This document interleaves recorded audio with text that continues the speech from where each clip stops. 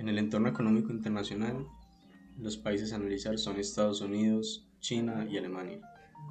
Iniciando con Estados Unidos, vemos como la tasa de Producto Interno Bruto evidencia un crecimiento notorio entre los periodos 2020 y 2021, posiblemente derivado de la recuperación tras el año de pandemia, que fue en 2020. Igualmente se presentó un incremento, aunque menor, en el periodo 2021 al 2022. En cuanto a la tasa de desempleo, se ha presentado una disminución a lo largo de los tres periodos. El cambio más significativo se presentó entre los dos primeros periodos, una reducción del 2.8%, mientras que entre el 2021 y el 2022 la tasa cayó un 1.7%. En cuanto a la tasa de la inflación, así como en los análisis anteriores, el año de pandemia afectó las variables y la inflación no fue la excepción. El índice de precios al consumidor aumentó 3.5 puntos porcentuales para 2021 y siguió este camino subiendo casi 2 puntos porcentuales entre 2021 y 2022. En cuanto a la balanza comercial, se evidenció un aumento negativo de la diferencia entre las exportaciones e importaciones hechas en cada uno de los periodos, mientras que para 2021 hubo una suma de al menos 4.000 millones de dólares a la cifra de 2020. Para 2022 el aumento negativo fue de casi 11.000 millones de dólares. En cuanto al déficit fiscal, en Estados Unidos para el año 2020, 2021 y 2022 se vino reduciendo. En 2021 se redujo cerca de 20 millones de dólares en comparación con el de 2020, pero la mayor diferencia en sí se dio entre los dos últimos periodos, donde el déficit cayó a 1.375 billones. Poco más de 1.100 billones se redujo el déficit fiscal. En cuanto a los indicadores de China, el Producto Interno Bruto de este país durante los últimos tres periodos ha venido aumentando, incrementando casi 3 billones entre 2020 y 2021 y cerca de 690.000 millones de dólares entre los dos últimos periodos. La tasa de desempleo ha venido presentando una variación interesante en los últimos periodos, ya que se veía una presunta recuperación con la disminución de 2 puntos porcentuales entre 2020 y 2021, pero esta cifra volvió a subir de manera drástica, llegando a 5.7% para 2022. En cuanto a la tasa de inflación, el índice de precios del consumidor fue parecido al de la tasa de desempleo. Entre el 2020 y el 2021 mostró una disminución notoria de 1.3%, pero luego se vio contrariada por una nueva crecida para el año 2022, donde subió un 0.8%. En cuanto a la tasa de balance general, el país asiático, pese a que se encuentra en valores positivos, ha venido presentando un decrecimiento considerable, bajando alrededor de 3.7 millones de dólares para el 2021 y con la misma tendencia, aunque en menor medida, para el 2022, disminuyendo 1.88 millones de dólares. En cuanto al déficit fiscal, presentó cambios a lo largo de los tres periodos. En el transcurso de 2020 el déficit disminuyó tan solo 8 billones de dólares, una cifra pequeña comparado al transcurso de 2021, que presentó un incremento negativo abismal, aumentando casi 50% para 2022. Continuando con Alemania, el Producto Interno Bruto de Alemania evidencia un crecimiento positivo entre los dos primeros periodos analizados, pero se ha afectado entre 2021 y 2022 con una reducción. En cuanto a la tasa de desempleo, desde el año 2020, en el cual se tenía un nivel más alto que puede haber sido consecuencia de la pandemia, podemos ver que año a año ha ido disminuyendo. Relativo a la tasa de inflación, en el año 2020 se registró una variación negativa, pero para el 2021 se observó un aumento considerable en la inflación, aunque para 2022 se sigue aumentando en porcentaje menor con respecto a la variación del año anterior. Relacionado a la balanza comercial, a pesar de tener un superávit en su balanza comercial y de evidenciar un crecimiento de la venta en 2020 y 2021, se ve una disminución significativa del año 2021 al 2022, lo que muestra una gran brecha entre lo que evidencia que las importaciones están siendo mayores que las exportaciones. En cuanto al déficit fiscal, en la gráfica se observa cómo va disminuyendo año a año el déficit fiscal, resaltando la disminución entre el año 2021 y 2022. En el análisis regional tenemos el análisis de 3 países, que son Ecuador, Perú y Brasil. En el país de Ecuador tenemos reflejado en el PIB en el año 2019 una tasa del 0.01. En el 2020 tenemos una tasa de menos 7.79, donde podemos ver que está muy reflejada la pandemia. Y en el 2021 el 4.24. En temas de desempleo tenemos tasas en el 2019 3.84, en el 2020 4.90 y en el 2021 4.15. En la inflación tenemos tasa del 0.27, en el 2020 tenemos menos 0.34 y en el 2021 tenemos 0.13.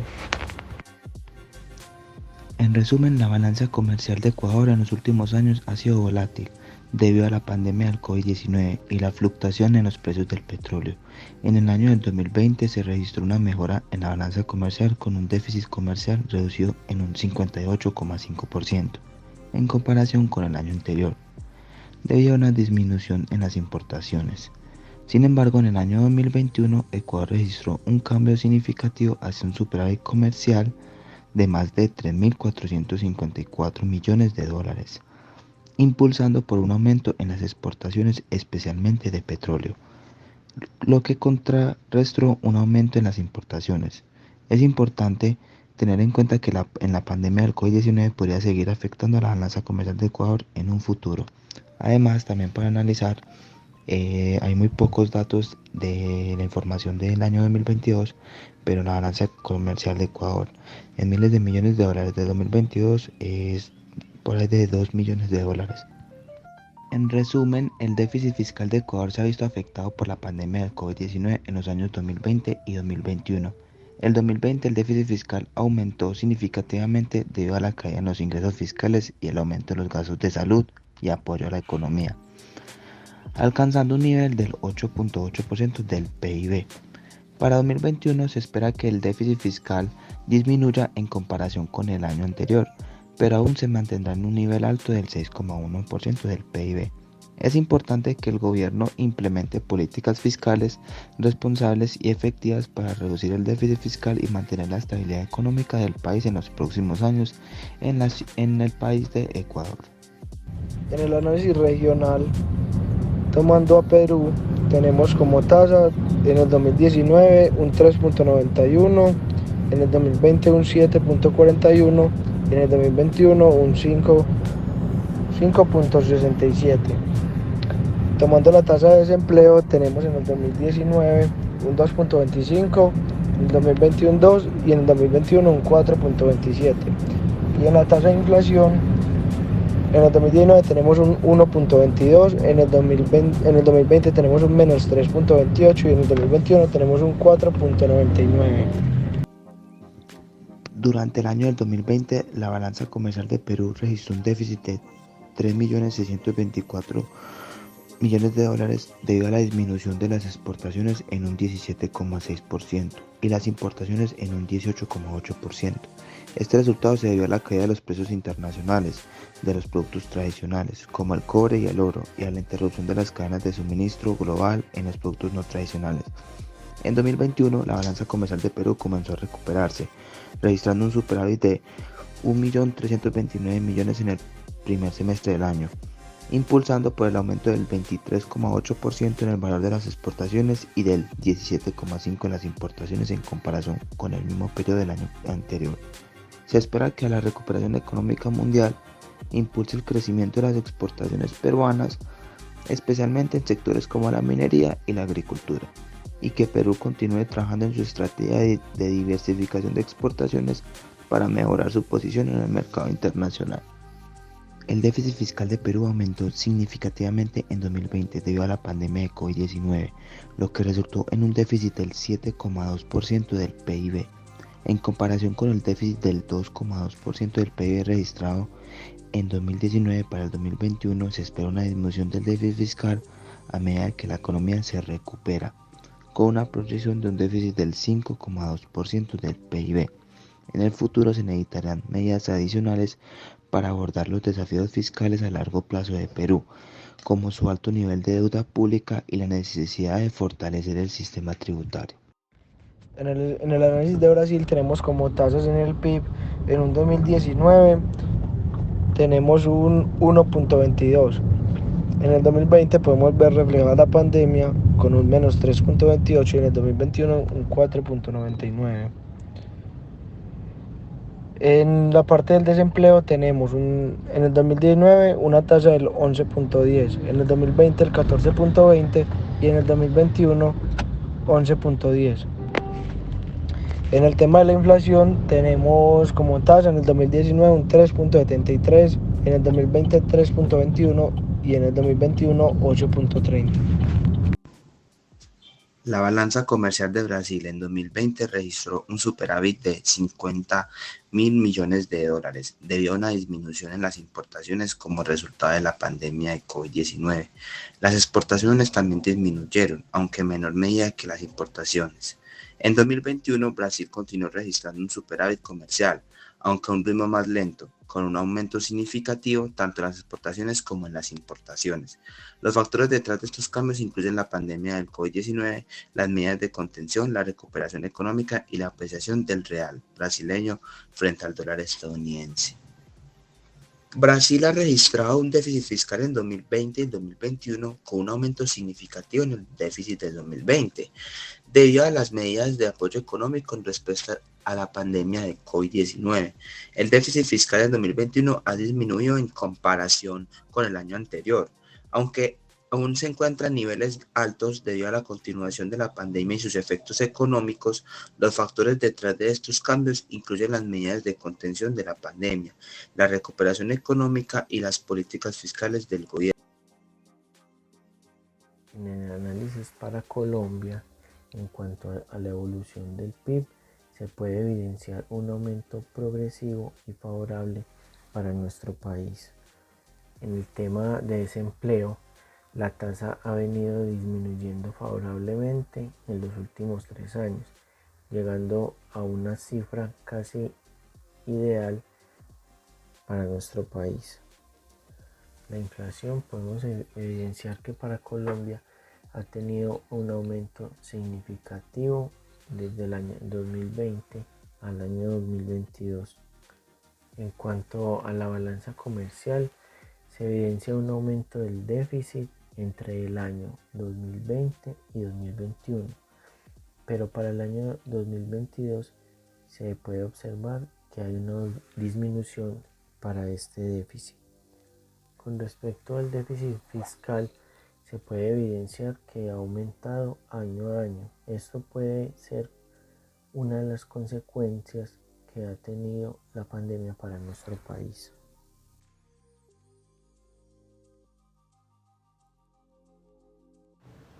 La Nacional de Chocolates es una compañía colombiana dedicada a la producción y comercialización de productos de chocolate. Su actividad económica principal es la fabricación y venta de una amplia variedad de productos derivados del cacao, incluyendo chocolates en barras, bombones, cacao en polvo, bebidas de chocolate, entre otros. Además de su actividad principal, la Nacional de Chocolates también está involucrada en otras actividades relacionadas con la industria del chocolate, como la producción de insumos para la industria de alimentos y bebidas, el cultivo y procesamiento del cacao y la exportación de productos de chocolate a otros países. La empresa también ha logrado posicionarse como una de las compañías líderes en la industria del chocolate en Colombia y en el mundo, y ha expandido sus operaciones a varios países de América Latina y Europa. La Nacional de Chocolates es una empresa colombiana que ha expandido sus operaciones a varios países de América Latina y Europa. Actualmente la empresa cuenta con operaciones en Colombia, México, Perú, Brasil, Ecuador, Chile, Panamá y Estados Unidos. También ha establecido una presencia en Europa, donde cuenta con una filial en España y exporta sus productos a otros países del continente. La Nacional de Chocolates cuenta con varias plantas de producción ubicadas en diferentes ciudades de Colombia y otros países de América Latina, lo que le permite abastecer el mercado local y exportar sus productos a otros países. Estas ciudades son tales como Santa Fe de Antioquia, Bogotá, e internacionalmente son Toluca, México, y también se encuentra una sede en Lima, Perú. La Nacional de Chocolates ofrece una amplia variedad de productos, de chocolate de alta calidad para el mercado local e internacional. La empresa se ha destacado por su innovación en la creación de nuevos productos y por su compromiso en la sostenibilidad y el cuidado del medio ambiente en todas sus operaciones. Sus principales competidores de la Nacional de Chocolates podrían ser Nestlé, Alpina, Grupo Koala y Colombina. En la parte de las posibles soluciones, la empresa debería analizar cómo poder darle una mayor rotación a los inventarios, elaborar estrategias que permitan reducir la deuda para que no se necesite tanto tiempo para cubrirla, buscar la posibilidad de generar alianzas estratégicas con inversionistas que inyecten capital para disminuir algunas de las obligaciones. Y por último, reducir costos y gastos innecesarios o muertos que no agreguen valor a los productos ni a la empresa. Algunas de las conclusiones que podemos evidenciar es que la empresa cuenta con la capacidad de pagar sus obligaciones de corto plazo con los activos de él y al mismo tiempo posee una buena rotación de inventarios, lo que permite ver que maneja de forma eficiente los recursos. Muestra una buena comercialización manejando de forma eficiente sus activos. Las obligaciones a largo plazo son bien manejadas y tiene buena capacidad para cubrirlas. El problema es que necesitaría entre 5 y 7 años para cubrir las obligaciones totales teniendo en cuenta el EBITDA. A pesar de su buen manejo, se ve una disminución en las ventas y un aumento en los costos que pueden provenir de agentes externos. Esto afecta directamente el margen bruto, pero teniendo en cuenta esta situación, el ROE se ve favorable puesto que es positivo, aunque no como se podría esperar.